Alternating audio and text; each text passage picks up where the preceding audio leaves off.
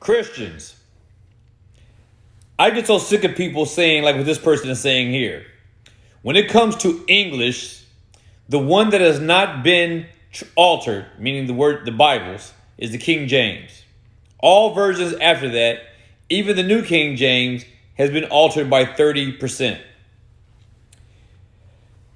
See, my problem with this is that whether it's King James, New King James, NIV, all of them are translations and of varying degrees. But that from which all these translations are translated from is fixed and settled.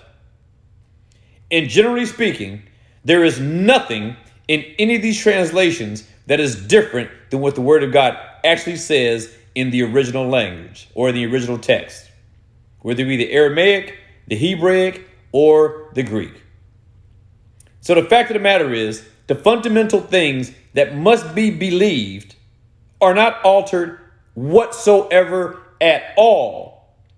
The death, the burial, the resurrection of Christ, the call to salvation, discipleship, loving your neighbor as yourself, loving your God above all, and having no other gods before him. All the essential elements of the scriptures, necessary and pertinent to salvation, none of it has been changed by any translation. So anything that you might find as a difference is so minor and so minuscule that it actually doesn't change the complexion of any part of what we know to be true in the Bible.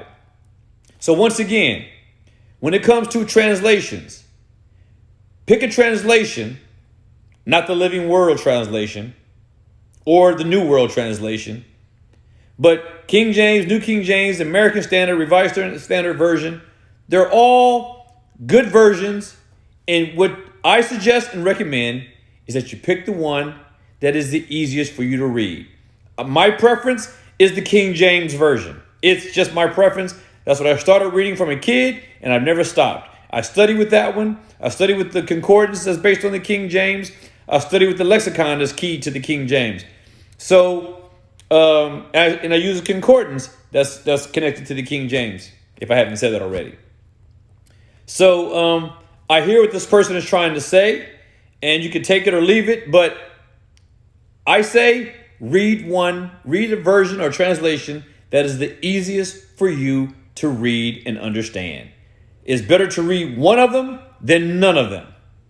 Be provoked and be persuaded. God bless you all.